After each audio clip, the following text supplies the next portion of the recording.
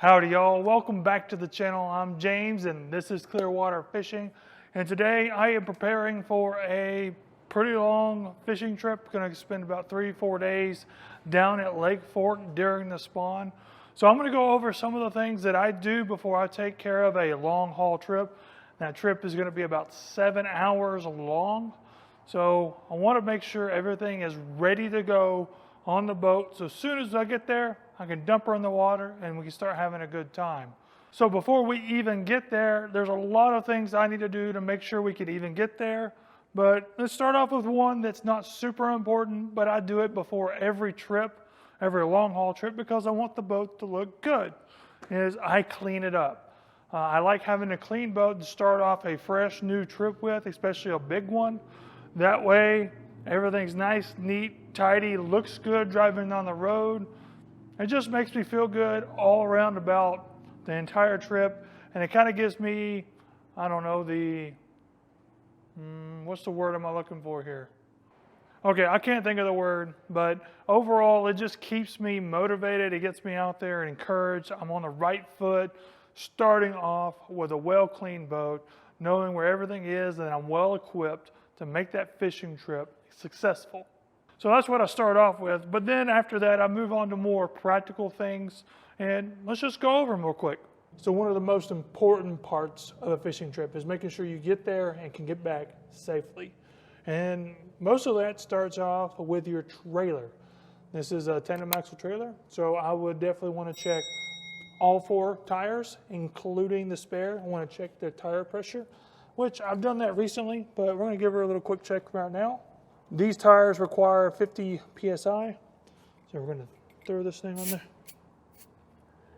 there. It was right at 50 PSI, so we're in good shape on this tire. I also like to check my hubs as well.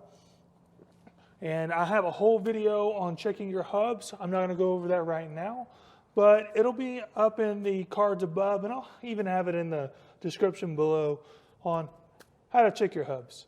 So another very important aspect of making sure our fishing trip's successful is making sure our batteries are charged. This is where I plug in for my battery charger. So I'll make sure this is plugged in, make sure we're well charged. And throughout my fishing trip on the evenings, I will also plug it up to make sure. Something else you may want to do while you're messing around getting things ready is you may want to get a battery tester like this one and make sure your voltages are good across all your batteries, including your trolling motor. You just want to make sure each one is roughly equal in voltage, and that'll make sure that your batteries are in good shape. If you have one that's way off, you may want to go get that checked before your fishing trip. One of the big things that I always tend to forget is to check to see how much fuel I have in my tank. I'm roughly at 3/4 here. I'm probably going to fill up before I leave. But nothing worse than getting there and realizing, man, I need fuel, and then you have to pull out, go get more fuel, or if you're lucky, there's fuel at a marina, but most of the time, that's not my luck. So another thing we may want to check on our trailer is make sure that the Hitch Stuff, the equipment up here, is in good shape. Whether it's the cables, safety cables here, the brake cable, the safety brake cable, make sure it's in good shape. Make sure all the lights function. That's a very important thing. Usually long trips, you end up driving quite a bit at night or in the dark. So want to make sure that all your lights work. And this trailer has surge brakes. So I want to make sure those work as well, which I've done all recently. I haven't made a video on the surge brakes, but I may do a video on the rest of it at some point. So another thing that I usually make sure, especially on a lake that I'm unfamiliar with, is I make sure I bring spare props. Whether it's the trolling motor prop up here at the bow, I want to make sure I have a spare of one of those and a spare main prop for the big motor. Lake Fork is notorious for damaging and destroying both. The water level is low, so it should be less of a hazard, a little less, I wouldn't say eliminated, but a little less of a hazard because the stumps and stuff are way out of the water, and I'm going to be rubbing against them with my rubber rails here rather than bashing on them with my motors on front and back. So you want to make sure that you have spares of the critical pieces to make sure you can get back to the dock. Otherwise, you'll be calling somebody, waving somebody down, and begging for a tow back to your ramp. Since I just got done talking about spares, you want to make sure you have all the tools to install those spares. So I bring typically a tool bag actually on every trip, but I double check and make sure I have all the tools that I may need in case some of the common stuff happens, like I need to change out a prop or I need to check some wiring, that kind of thing. I make sure that I have that. One other thing in here, let's see if I can find it, is you want a good pair, especially if you're going fishing with somebody, a good pair of side cutters, just in case one of you gets a nice hook in you. You can snap it off real quick and have at least a smaller area to deal with rather than have a big bait hanging out of whatever body part you have that has that hook in it. And really nice to have this to make that cut, and then you have a smaller piece to work with. So the weather is something I check constantly, especially the week leading up to my fishing trip. It looks like we may have a little rain on Thursday night, but overall the weather looks like it's going to be really good. So I'll make sure I have my frog dogs ready to go. Other than that, I'm going to have sunscreen, some shorts. I'll have some warmer clothes for that 40-degree morning on Saturday morning. But other than that, we should be in really good shape with shorts, t-shirt, and sunscreen. Now we're about to get to the little bit more enjoyable parts of preparing for this fishing trip. One of the things that I like to do is jump on the old internet here and kind of check out some fishing reports, the current lake levels, what's the water temp, what to expect when I get there.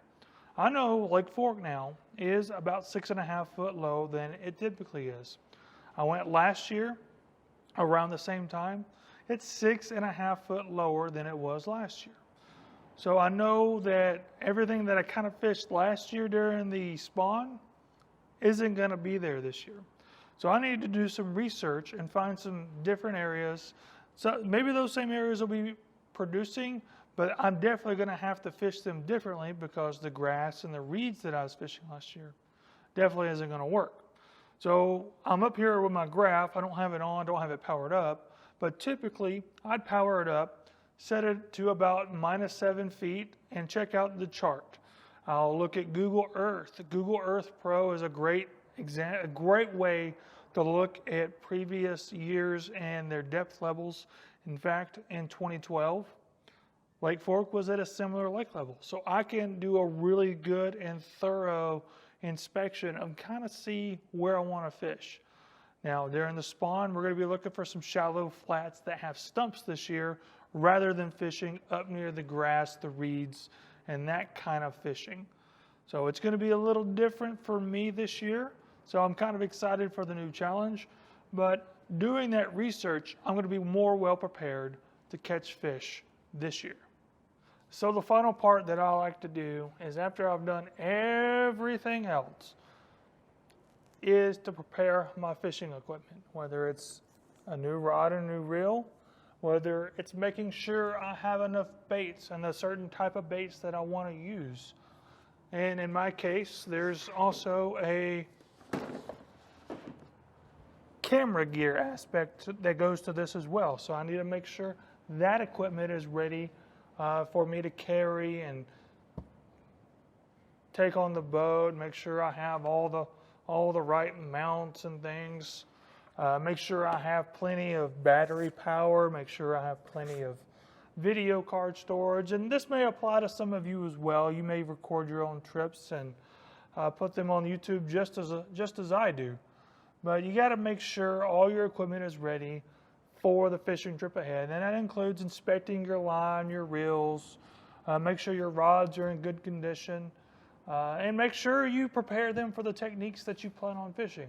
Obviously, we all know audibles happen and we have to change what we're doing because something changes, whether it's the weather pattern, the sun's not out, or the sun is out.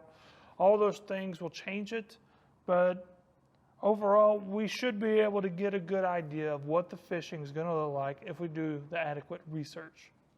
So I'm going to go ahead and finish my prep for this big fishing trip.